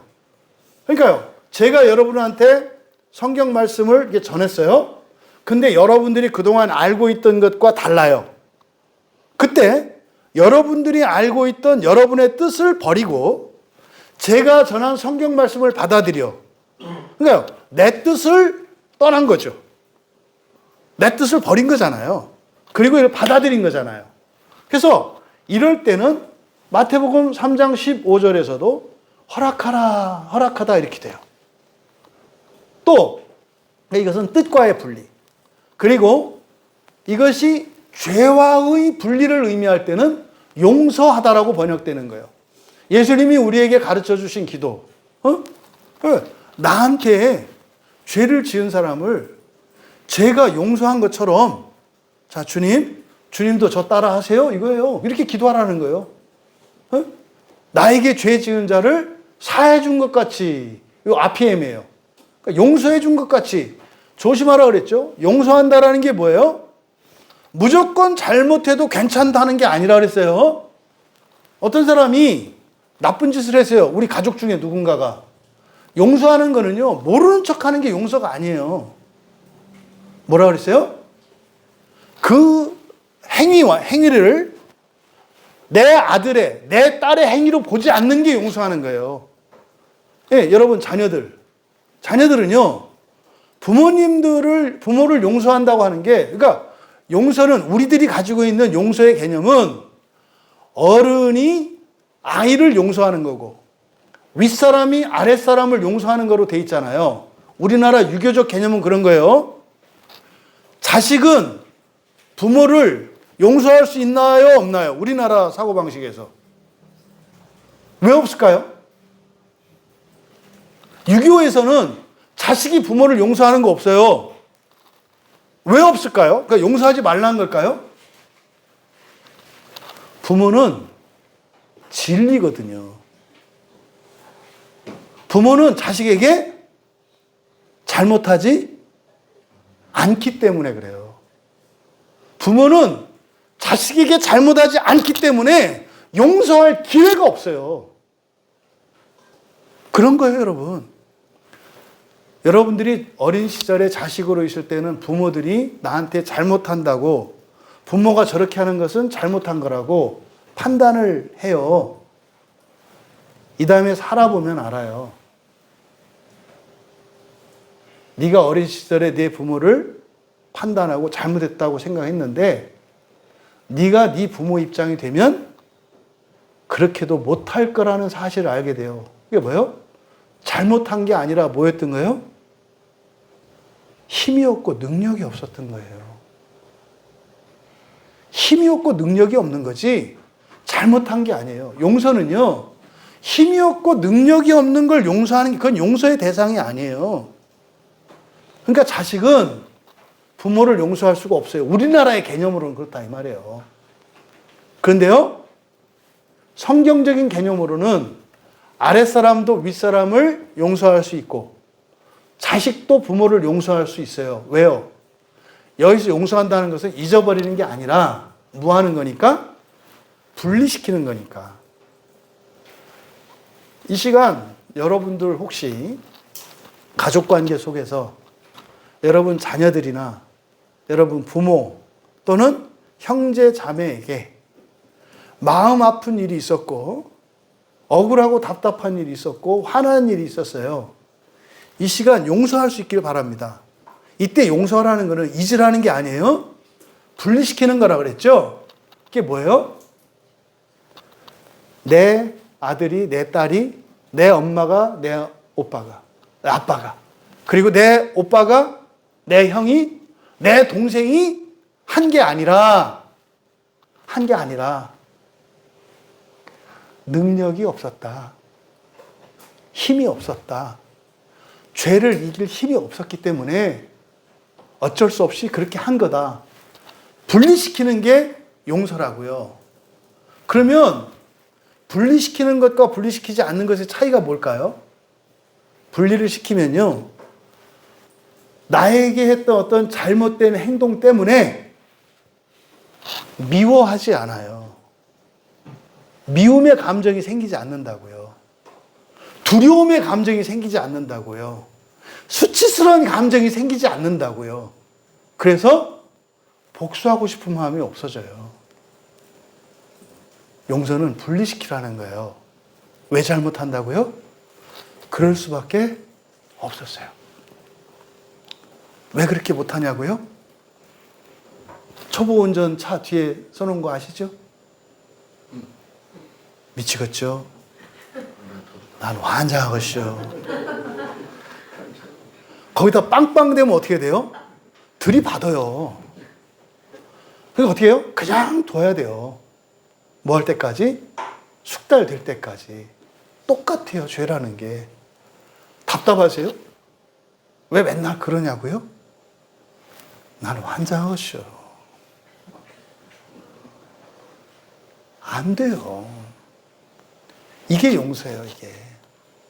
그러니까 여기서 지금 떠났다라고 하는 이 단어에 여러 가지 단어를 쓸 수 있어요. 뒤에 보면은 갈릴리로 가실세 그랬잖아요. 가다, 에르코마이거든요. 가다, 오다. 그냥 이 단어 하나 쓸 수 있거든요. 그런데 유대를 떠났다. 그래서 이 단어가 여러 가지 의미가 되는 거예요. 공간적으로는 분명히 떠났다는 의미가 돼요. 1차적으로. 그렇죠? 그런데 이 아피엠이라고 하는 단어가 가지고 있는 것처럼 유대를 용납했다는 의미도 되고 또 유대를 용서했다는 의미도 되는 거예요. 그래서 이 아피엠이라고 하는 이 단어는 특별한 의미를 가지고 그러니까 아주 복합적인 의미를 내포하고 있는 단어다. 그러면 어쨌든 예수님이 어쨌든 유대를 떠나시게 된 이유가 1절에서 이야기한 바리새인들의 어떤 생각 때문에 그래요. 단지 들은 것이 아니라 듣고 그들이 가지게 된 어떤 뜻, 나쁜 뜻이죠. 이것이 사실은 떠나게 된 원인인 거예요. 그런데 여기서 예수님이 이렇게 떠나셨어요. 그거는 사실은 바리새인들 때문이었어요. 그러면은요, 이제 뒤에 있는 내용을 이제 쭉 연결지어 보면은 예수님이 떠나신 사건이 이게 의도된 사건이 아니라는 것을 알 수 있어요. 하나님의 뜻은 두 가지가 있다고 그랬죠? 바뀌지 않는 뜻과 바꿔주실 수 있는 뜻이라고 그랬죠? 그럼 여기서 예수님이 유대를 떠나실 때는 떠나기로 뜻을 세우셨겠죠? 이해되시죠? 여기서 지금 떠났대요, 유대를. 그럼 떠날 때, 여기를 떠나야 되겠다. 그래서 어디요? 갈릴리로 가시기로 했다 그랬잖아요. 뜻을 세우신 거예요. 요거 배터리 바꿔주세요. 네. 이게 뜻을 바꾸신 거예요. 여기에서 갈릴리로 가야 되겠다고. 그러면 이때 뜻은 블레일까요? 텔레마일까요? 금방 지금 멍하셨죠? 대답이 안 나오는 거 보니까. 블레예요? 텔레마예요? 예, 블레는 안 바뀌어요. 만약에 블레였다면 그냥 계신 거잖아요. 예, 그리고 블레였다면 이유 원인이 없어요. 그냥 하시기로 하셨으니까 하는 거예요. 근데 앞에서 이유를 얘기를 했잖아요. 바리새인들의 그런 생각 때문에 영향을 받았잖아요. 영향을 받아서 정하시는 뜻은 이게 텔레마라고요. 바꿀 수 있는 뜻이에요. 바꿀 수 있는. 여러분들이 기도하잖아요. 그럼 좀 전까지는 여러분이 받을 수 없는 복이 있었어요. 오늘 여러분이 예배 나오셨잖아요. 근데 안 나올 수도 있었어. 예를 들어서 예배 오늘 나오지 않았더라면 받을 수 없는 복이 있었어요. 왜? 그건 줄 마음이 없으셨거든요. 근데 예배에 나왔네. 그래서 어떻게 해요? 영향을 받아요, 하나님이. 그래서요, 뜻이 바뀌었어요. 그래서 어떻게 해요? 상을 주세요. 복을 주세요. 그러니까 여러분들이 있잖아요. 예, 오늘 혹시 여러분 중에 안 나올 계획이었다가 나오신 분은 여러분들이 원래 받을 수 없는 복과 은혜가 있을 거거든요. 이번 주 기대하셔도 돼요. 뭘까 기대해 보시면 여러분이 알아요. 억지로 껴맞추는 게 아니라 일주일 사시다 보면 진짜네. 와, 목사님이 얘기했던 게 이거였구나. 이걸 아시게 돼. 이게 텔레마예요, 텔레마. 근데 반대로 여러분들이 예배도 드리고 잘 은혜도 받았어. 그때 나가지고 못된 짓을 해. 그때도 하나님의 텔레마가 작용해요. 그럼 뭐예요? 여러분에게 원래 진노가 없었는데 그것 때문에 진노가 생겨. 그러니까 여러분들이 뭘 잘못하시거든 뭐 생각하시면 돼요? 나에게는 응당히 진노가 임하여 하리라. 가만히 있으면 안 돼요. 그때 어떻게 해야 되는 거예요? 즉시 회개하는 거예요. 즉시 회개하는 거예요. 하나님, 아텟는데 했어요. 그렇죠? 우리 청년 하나가 지난주 제가 은혜 받은 간증이 있었다고. 네? 목사님 이상해요. 제가 이상해요. 왜? 매일 살아갈 때요. 어떤 일을 할 때, 이거 하나님이 기뻐하시는 일일까? 이거 하나님이 싫어하시는 일일까? 이게 생각이 난다는 거예요. 그래서요, 뭘 하려고 하다가도, 이거 하나님이 기뻐하지 않을 것 같아. 안 한다는 거예요. 그러면서, 웃긴다. 왜 이런다는 거예요? 내가 왜 이러지? 이게 하나님과 동행. 이러면요, 여러분, 그렇게 그 청년한테 얘기하는 거예요. 겁날 거 하나 없어요, 그러면. 실패 걱정하지 말고요. 여러분 인생의 부족 걱정하지 마세요. 만약에 우리 청년들, 집사님들도 마찬가지예요. 여러분들이 일상을 사실 때 그렇게 늘 주님의 마음을 생각하고 주님의 뜻이 뭘까를 생각하면서 이거는 주님이 기뻐하시는 거야 그래서 하고 또 주님이 미워하시는 걸 거야 그래서 안 하고 그런데 아차 하는 순간 하면 안 될 것 같은 일을 했을 때 회개하고 하나님 도와주세요라고 했을 때 끝난 거예요, 여러분. 인생. 어려워요? 안 어려워요. 누구나 다 할 수 있어요. 끝난 거예요, 정말로 여러분. IQ 좋아질 거고요. 돈도 생길 거고요. 여러분 팔자도 좋아질 거예요. 이전에 여러분 본성이 바뀔 거거든요. 이게 예수님을 믿고 살아가는 그리스도인들의 삶의 방식이에요. 개인적으로. 그러니까 여러분들이 잘못했으면 어떻게 해라? 즉시 회개해라. 왜? 잘못했을 때 잘못하기 이전에는 나에게 없을 저주에 대한 하나님의 뜻이 다시 나타나요. 잘못하면. 왜? 바로 잡으려고. 이게 잘못된 길이려고 알려주려고. 그러니까요. 알아서 회개하고 고치면은요. 그게 없어요. 없을 뿐만 아니라 회개했다고 또 잘했다고 또 오히려 상을 주시네. 그러니까 하나님은요. 벌 주고 저주하시려는 분이 아니라 틈만 나면 복 주려고 하시는 분이에요. 잘못해서 회개했다고 복을 줘.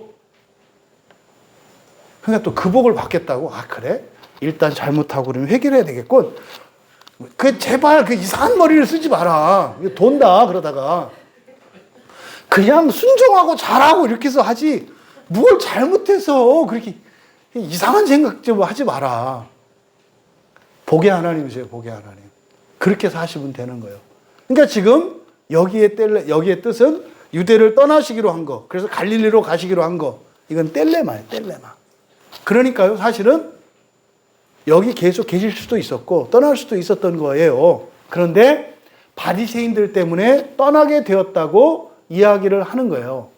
그런데 이게 긍정적인 의미일까 부정적인 의미일까 뭐 이것만 봐서 정확히 알 수 없겠습니다만 3절에 다시라는 말에 동그라미를 치세요. 다시 팔린이거든요. 그러니까 다시라고 하는 것은 되돌이표예요. 어떤 일을 하다가 완전히 마쳤으면 끝났잖아요. 다시 할 일이 있어요, 없어요? 없잖아요. 다시라고 하는 의미는 긍정적인 의미가 아니에요. 그래서 다시라고 하는 이 단어가 후퇴와 퇴보를 의미하거든요. 반복의 의미도 있습니다만 반복하는 이유가 뭐예요? 왜 여러분이 단어 외울 때 10번 써요? 안 외워졌으니까. 외워졌으면 다시 해요? 안 하잖아요. 그냥 하잖아요.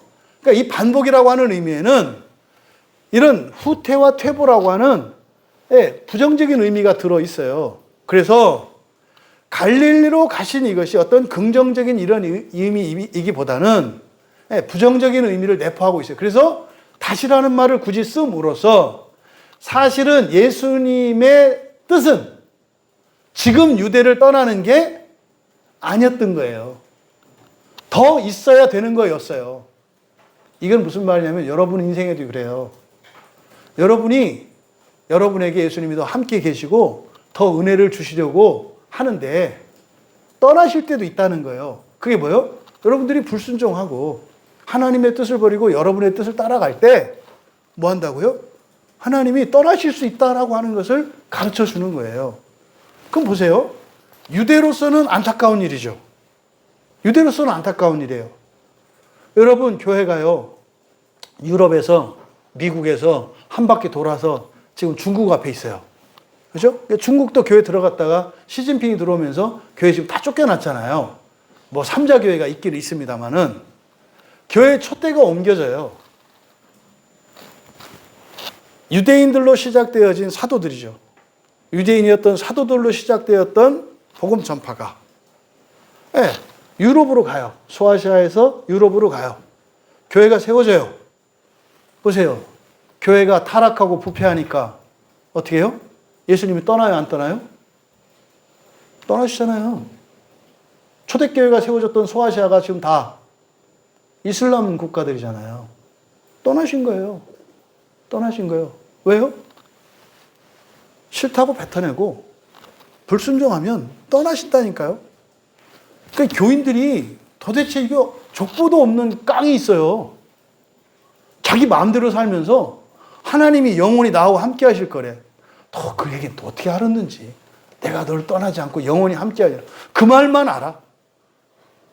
그 앞에 붙어 있다니까요. 네가 싫어하면 나 떠날게 라는 말이 거기 들어가 있어요. 싫어하는 게 난 안 싫어해요. 안 싫어한다고 하면서 지 마음대로 해. 이거 제 마음대로 하는 거지 주님 안 싫어하는 거예요. 내 말대로 하는 자가 나를 사랑하는 자다. 내 뜻대로 행하는 자가 사랑하는 자다. 뜻대로 안 하면요 싫어하는 거예요. 그러면요 여러분들 신앙생활 점검해 보세요. 여러분이 지금까지 예수님을 믿은 그날부터 여러분 인생이 생생하던가요? 하나님이 진짜로 예수님이 뭐 동행한다는 말 많이 하잖아요. 주님이 함께 동행한다는 말. 여러분 인생이 그렇게 진짜로 늘 주님이 옆에 계신 게 생생하던가요? 지금까지? 막 기억이 많아요? 추억이 많으세요? 예수님과의 추억이? 어떤 일이 있을 때 그때 예수님이 날 도와주셨고 그때 어떤 길로 가라고 인도해 주셨고 어떤 사람을 보내주셔서 정말 내가 큰일 날 뻔했는데 위험한 길 다 피하게 해주셨고 내가 정말 어쩔 수 없는 그런 절체절명의 위기 속에서 하나님이 정말로 그 해와 달 그 오늘이가 만났던 그 두레박 같은 하나님의 은혜를 이런 경험이 있으시나요? 없으신가요? 여러분 순종하지 않은 거예요. 이때 순종한다는 거는 하는 것만 하는 걸 말하지 않아요. 여러분이 순종한 것을 순종하지 않던 것을 순종하는 걸 말하지. 나 성경 계속 보는데요. 나 교회 매일 나오는데요. 이걸 말하는 게 아니에요. 그거는 나중에 여러분의 것이 되는 건 순종이 아니라 그냥 여러분께 되잖아요. 어떤 사람에게는 교회 나오는 게 순종일 수 있어요. 무슨 말입니까? 나오기 싫은데 나온다 이 말이에요. 주일날 교회 나오기 싫었는데 나왔다. 이건 순종하는 거 맞아요. 그런데요, 주님의 뜻과 여러분의 뜻이 일치돼서 교회 나오는 게 뭐 하나님 때문이 아니라 그냥 내가 오는 거야, 스스로. 이건 순종 아니에요. 뭐요? 여러분 본성이 바뀌어서 여러분이 신성을 가지게 된 거지 순종 아니고 여러분 뜻대로 하는 거예요, 그게. 이게 주체적인 신앙을 가지라고 하잖아요. 그럼 주체적인 신앙을 가졌으면 여전히 나에게는 하나님과 뜻이 다른 게 있어요. 이런 것을 꺾어나가는 걸 순종이라고 말하지, 하는 거를 그대로. 그러니까요, 50년 신앙생활 했는데 주일 예배 한 번도 안 빠졌어. 이게 순종일까요? 처음엔 순종이었지. 처음에는 어머니 손에 이끌려서 나갈 때 이때는 순종이었어. 근데요, 이제 뭐 주일에 교회 나오는 거는 뭐 누가 해라 마라가 아니고, 내가 뭐 몸이 아프고 컨디션이 어떻고 사정이 아니고 오잖아요. 이건 내 뜻이잖아요. 그건 순종이 아니에요. 그래서요, 신앙의 진전이 일어나는 거예요. 성경 일주일 내내 한 번도 안 보시는 분들, 응? 근데 마음 기경하라 그래서 어쩔 수 없이 보잖아요. 그거 순종이에요. 근데요, 그게 그냥 뭐 목사님이 시켜서가 아니라 내가 자발적으로 내가 필요해서 내가 원해서 해. 그건 순종 아니에요. 이제는 자기가 신이 된 거예요. 하나님의 자녀가 된 거예요. 여러분이 성경 보기를 즐거워하고 기도하고 예배에 참 이런 것들이 순종으로 시작을 하지만 점점점 여러분이 것이 되고 여러분이 순종해야 될 건 달라지는 거예요. 제가 순종해야 될 것과 여러분이 순종해야 될 건 달라요. 만약에 여러분들이 저처럼 맨날 성경 보고 연구하고 기도하고 이러면은, 에? 그거 엄청 순종하는 거예요. 저는 그게 순종이면 안 돼요, 목사가. 저는 저대로의 순종이 되세요.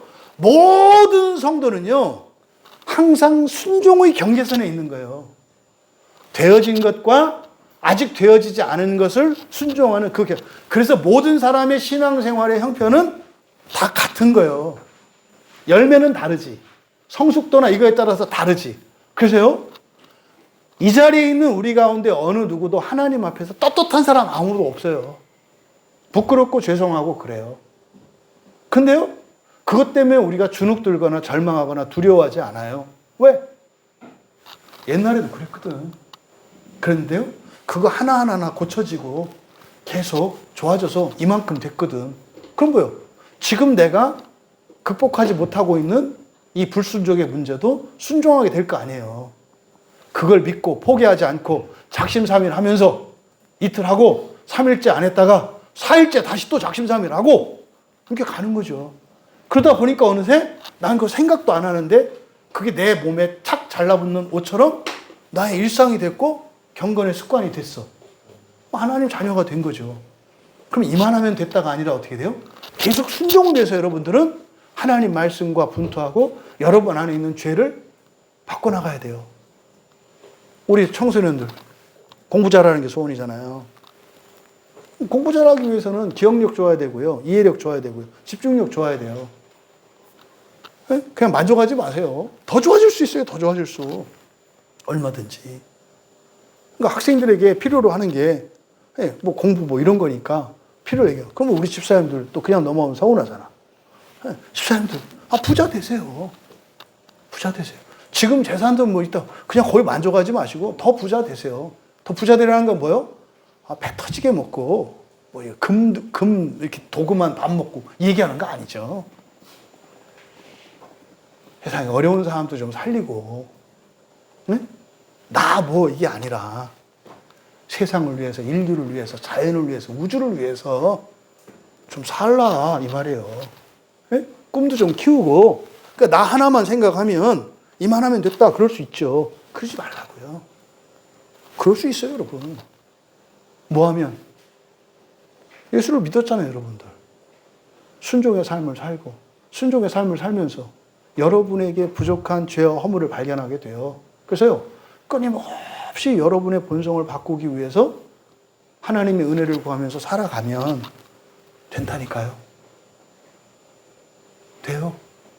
이 교회가 증거예요, 이 교회가. 전 정말 얼마나 감사한지 몰라요.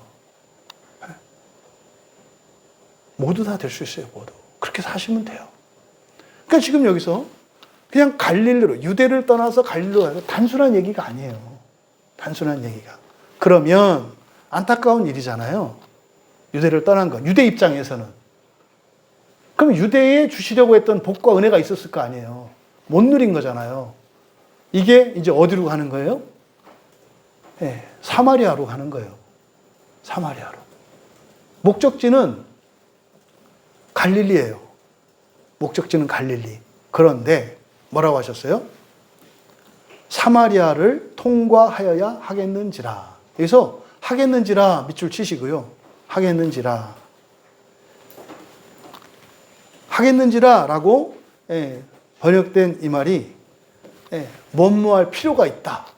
뭐뭐할 필요가 있다. 데이라는 말이거든요. 영어에서는 it is necessary 뭐 이렇게 얘기를 해요. 뭐뭐 하는 것이 꼭 필요하다. 이게 데이의 미완료 시제로 되어 있어요. 그러니까 미완료 시제는 계속되는 거라고 그랬죠. 그러니까 무슨 말입니까? 사마리아는 원래부터 예수님이 가시려는 계획을 가지고 있었어요. 근데 아직 가지는 않고 계셨어요. 그러니까 언젠간 가실 거였어요. 그런데 다른 때보다, 원래 시기보다 앞당겨진 거죠.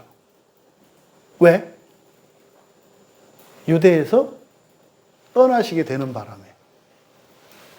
여러분들이 은혜를 받아도 은혜요. 은혜를 받지 않아도 은혜요. 여러분이 이 시간에 말씀을 듣고 은혜를 안 받잖아요. 그러면 어쨌든 은혜는 부어졌거든요. 예배 가운데. 그러면 그 은혜가 어디로 간다고요? 여러분이 사랑하는 부모, 형제에게 간다고요. 그럼 오늘부터 은혜 받지 말고 내가 우리 부모님을 위해서 푹 자고 일어나면 이 은혜가 그리 가겠구나. 이런 걸 충청도 말로 뭐라고 한다고요? 시절. 그냥 조금밖에 없을 때 하면 정말로 기특한 거지. 하나님의 은혜는 무한해요. 그런 방식으로 자기 그릇은 비워놓고 이렇게 가지 않아요. 하나님이 원하시는 방식이 아니라고요. 하나님이 원하시는 방식은 어떤 방식이라고요? 차고 넘쳐 흐르는 방식. 여러분들의 마음을, 여러분의 인생을, 여러분의 가정을, 여러분의 일터를 차고 넘쳐 흘러가게 하는 방식. 이게 하나님이 기뻐하시는 뜻이에요. 그런데 그렇지 않더라도 거부할 때 임한다 이 말이에요. 그러니까 지금 사마리아에 그 은혜가 흘러간 거예요. 뭐 때문에? 유대 땅에서 뱉어내니까. 은혜는요, 하나님의 절대적인 주권으로 주십니다만 인격적으로 주어져요. 여러분들이 받지 않으려고 하는데 막 우겨 넣는 거 이런 거 없어요. 여러분들이 인격적으로 기쁨으로 받아들일 때 그 은혜가 임해요. 그러니까 지금 결국 예수님이 처음 세우셨던 뜻보다는 더 일찍 유대 땅을 떠나게 되었고, 그 바람에 원래 찾아가려고 하셨던 사마리아 땅에 조금 더 일찍 방문하게 되셨다는 걸 말하는 거예요. 그래서요, 하나님의 은혜는 사실은 버려지는 게 하나도 없어요. 다만 원래 주시고자 하셨던 그들이 그 은혜를 늦춰서 받고, 은혜를 받을 수 없었던 이들이 은혜를 의외로 받는 경우가 생긴다. 하지만 그조차도 하나님의 뜻 안에서 일어나는 일이다 라는 것을 우리가 알 수 있어요.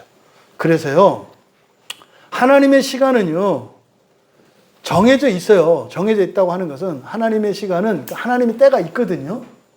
근데 그 하나님의 시간이 역사 속에서는 유동적이에요. 역사 속에서는 유동적이라고요.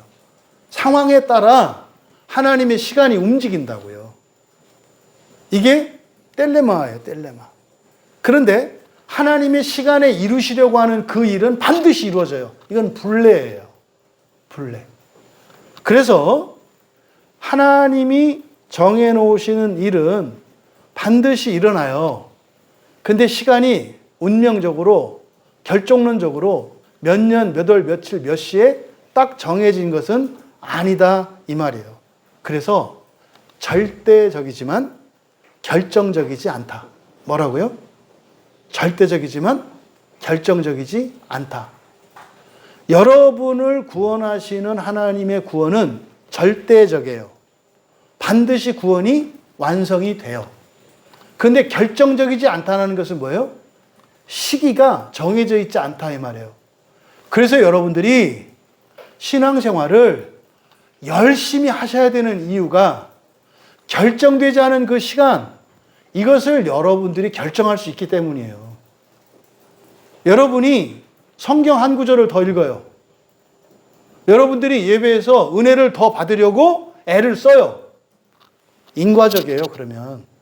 그것은 여러분들이 누리게 되는 그 부활의 시간을 앞당겨요. 부활의 시간은 뭐라고요? 지옥의 시간을 없애고 창조주로서 여러분이 신적 존재가 되어서 하나님과 같이 세상을, 이 우주 전체를 재창조하는 일에 참여하는 게 부활이라고요. 그러니까요, 어떤 사람은 창세기 1장에 아담과 같이 부활하는 사람이 있을 수 있어요. 창세기 1장에 아담은 뭐 했죠? 자기가 한 일이 있나요? 없나요? 없어요. 다 된 거 봤어요. 이게 부끄러운 구원이에요. 온 우주가 완전하게 재창조된 거를 와! 할 뿐이에요. 근데 첫째 부활은 뭐예요? 처음부터 시작을 하는 거예요. 빛이 있으라부터 시작을 하는 거예요. 이게 첫째 부활이에요. 그러면 창조의 순서에서 첫째 날, 둘째 날에서 여섯째 날까지 있잖아요. 첫째 날 부활하는 사람이 있고 둘째 날, 셋째 날 이렇게 할 수 있다 이 말이에요. 여러분들이 처음부터 부활에 참여해서 부활의 영광을 완전히 누릴 수 있는 여러분들이 다 되시기를 바랍니다. 어쨌든 본문에서는 유대 땅에서 예정보다 일찍 떠나게 되심으로 또 그 은혜가 사마리아에게 임했어요. 이게 중요한 구원의 원리예요. 원가지가 찢겨서 떨어짐으로 이 돌감람나무가 거기에 접붙여져서 은혜를 입어요. 유대인들이 하나님의 뜻을 버리고 불순종하고 사는 바람에 다른 민족들이 구원을 받아요. 여러분, 우리가 다른 종교인들이 구원받기 위해서 교회가 부패하고 타락해야 될까요? 다른 민족이 구원받게 하기 위해서 우리 민족이 부패하고 타락해야 될까요? 다른 가정이 구원받게 하기 위해서 우리 가정이 망가지고 이렇게 타락해야 될까요? 아니요. 하물며 곁가지를 그렇게 사랑하시는데 원가지는 어떻게 사랑하실까? 그런 방식으로 말고 차고 넘치는 방식으로 하나님의 구원이 임하게 하자. 말씀을 정리합니다. 여러분, 오늘 우리가 함께 읽은 이 본문 말씀을 통해서 얻어야 되는 첫 번째 교훈은 교회의 세례는 예수님의 세례를 계승하는 영적인 권세인 것을 기억하셔야 합니다. 우습게 알지 마세요. 세례뿐입니까? 성찬도 마찬가지죠. 교회의 성례는 딱 두 가지예요. 세례와 성찬. 왜 이걸 성례라고 한다고요? 예수님이 제정하신 것이고 구원과 직결되는 것일 때 성례라고 하는 거예요. 예수님이 제정하신 것 또 하나 있어요. 발 씻겨주는 거. 이걸 세족식이라고 그래요. 그건 성례라고 하지 않아요. 왜요? 그것은 구원과 상관이 없는 거예요. 구원과 상관이 있는 것은 세례와 성찬이에요. 이 두 가지를 성례라고 하는 거예요. 그럼 교회에서 베푸는 이 성례는 어떤 것이다? 예수님께서 위임해 주셔서 예수님이 하시는 일을 계승하는 영적인 권세라고 하는 것을 여러분들이 기억하셔야 돼요. 세례를 사모하시고 세례의 영광과 성찬의 영광을 여러분이 아시고 누리시기 바라요. 엄청난 사건이에요. 엄청난 사건이에요. 두 번째로 이런 교회의 영적인 권세, 성찬이잖아요. 또 교회의 영적인 권세는 성찬과 말씀 강도권이에요. 하나님의 말씀을 전할 수 있는. 그래서 이 교회의 영적인 권세, 이것은 세속적인 권세와 무관하다는 사실이에요. 왜요? 예수님이 떠나시잖아요. 왜 떠났을까요? 바리새인들의 의도를 아셨기 때문에 앞으로 일어날지 모르는 이런 소요와 쓸데없는 문제를 피하신 거죠. 그러니까 세속권과 부딪힌 거예요. 그러니까 교회의 영적 권세는 세속적인 권세와 충돌하지 않아요. 그래서 여러분들, 우리 교인들만큼은 여러분들이 바른 신앙 안에서 시민의식을, 바른 시민의식을 가지기를 바라요. 기독교인은 그래서요, 광화문 가서 이 편인의 저처문에 데모하고 그러는 거 아니에요. 기독교인은 그런 방식으로 하는 거 아니에요. 예수님이 바리새인들의 생각을 아시니까 사람들을 모으셨어요? 떠나셨잖아요. 영적인 권세는 세속적인 권세와 충돌하지 않아요. 힘으로 상대방을 제압하는 이런 방식이 아니에요. 조심하세요. 지금 우리나라가 심각할 정도로 정치적으로, 이념적으로, 지역적으로 막 나뉘어 있는데 여러분들은 거의 부안해동하지 마세요. 이 편이냐 저처 이런 거 여러분은 하지 마세요. 여러분은 어떻게 하는 거예요? 성숙한 민주시민으로서 여러분 지역구에 출마한 국회의원, 기초단체 의원, 대통령, 지자체 단체장들, 그 사람을 놓고 일단 판단하셔야 되는 거예요. 나쁜 사람이면 무조건 떨어뜨리셔야 돼요. 도덕적으로 정치인의 기준은요, 도덕성이에요. 법적으로 판단하는 거 아니에요. 이 지도자들은. 그는 범죄자들을 법으로 판단하는 거고요. 지도자들은 도덕성을 가지고 판단하는 거예요. 뽑지 말라는 것은 버리라는 의미가 아니에요. 잘못했을 때 안 뽑아야 이 사람들이 어떻게 해요? 바른 행동과 바른 정책을 펴요. 그 사람이 고치잖아요. 고치겠다고 하잖아요. 다시 뽑아주세요. 근데 또 않잖아요. 또 떨어뜨리세요. 여러분들이, 기독교인들이 그래서 행사하는 바른 시민의식은요, 투표예요, 투표. 여러분들이 이 시민의식과 관련해서 회개하셔야 될 게 있어요. 여러분들이 어떤 사람이 도덕적으로, 법적으로는 말할 것도 없고 문제가 있는 사람인데 투표했어. 회개하세요.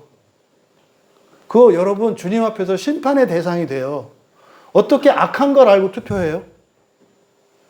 이 사람이 저지르는 잘못에 여러분도 책임이 있다는 거 아셔야 돼요.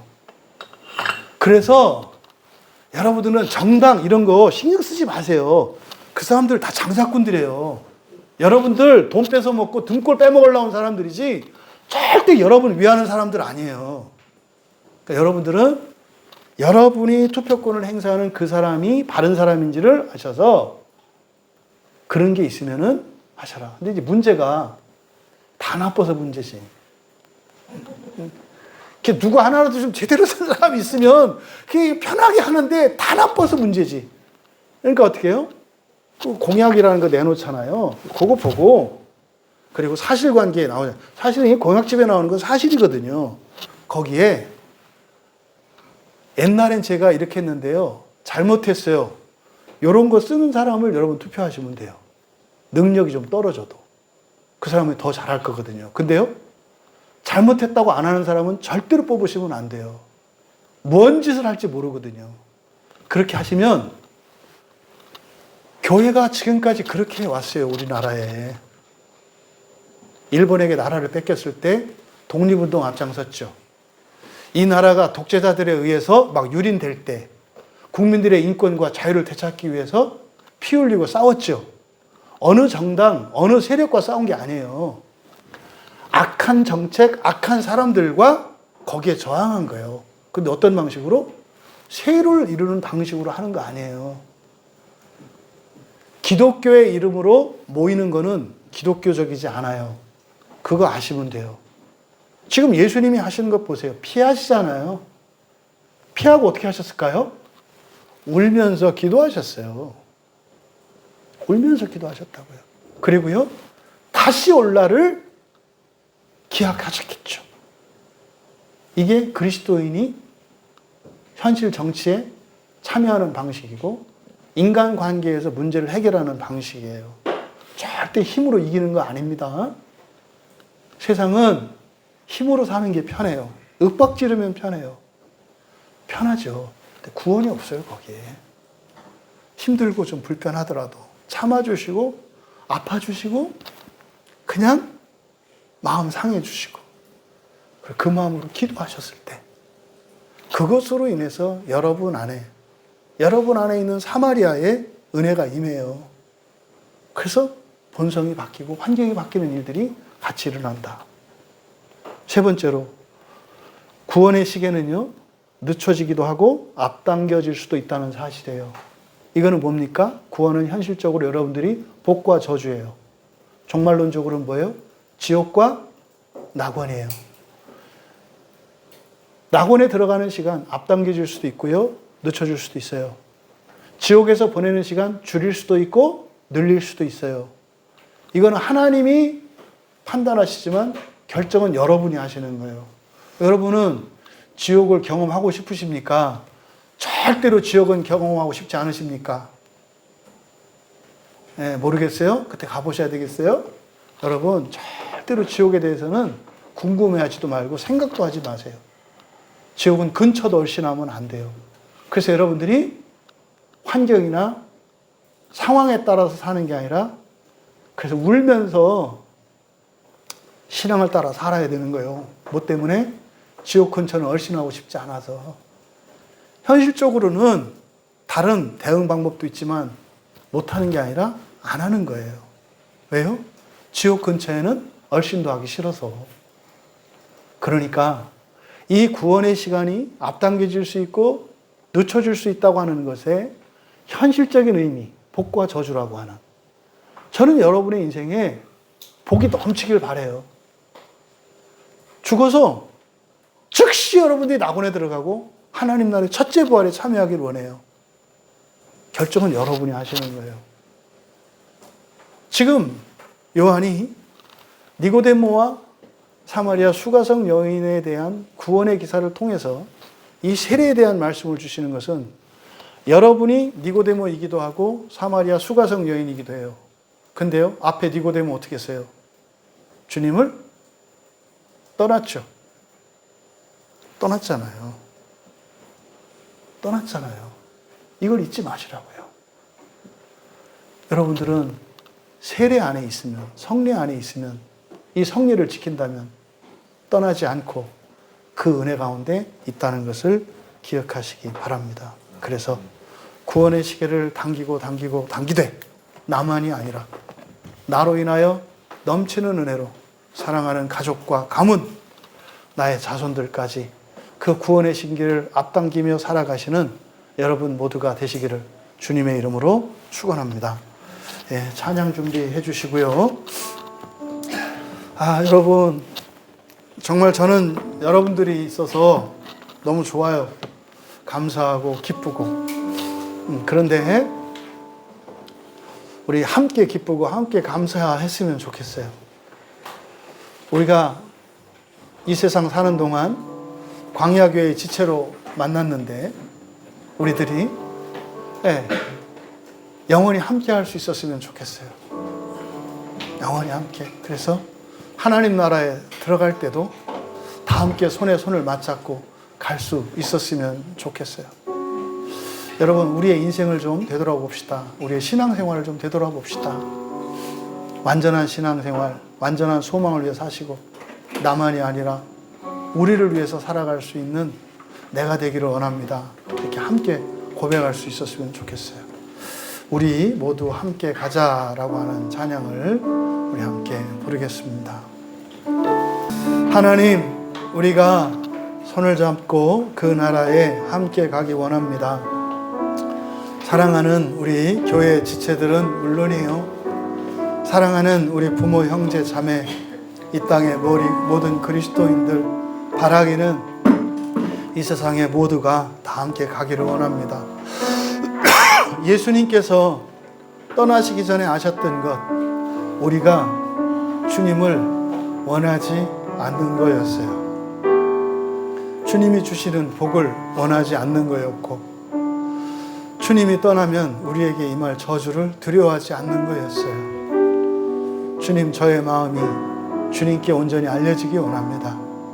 저주는 원치 않고 복을 원하며 지옥은 원치 않고 낙원을 원하며 첫째 부활을 원합니다.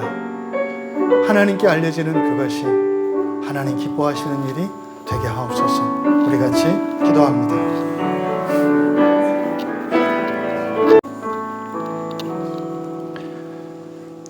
사랑의 하나님,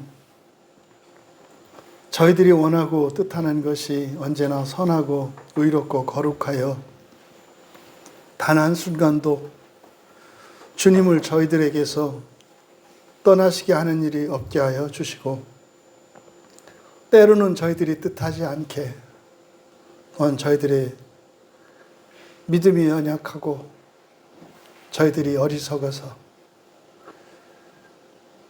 주님이 기뻐하시지 않는 것을 바라며 소원함으로 주님께서 떠나셔야만 되게 되었을 때 즉시 깨닫고 회개하고 돌이켜 주님께서 언제나 저희 곁에 머물게 하시고, 그래서 사랑하는 우리 지체들의 인생에는 모든 저주는 사라지고 복과 은혜가 넘치며 저희들을 통해서 차고 넘쳐 흐르는 은혜로 사랑하는 부모, 형제와 일가 친지들, 더 나아가 이 땅의 모든 그리스도인과 아직 예수 그리스도를 영접하지 않은 이들에게까지도 구원하시는 하나님의 은혜를 흘려보낼 수 있는 축복의 통로로 쓰임받는 인생들 다 되게 하옵소서.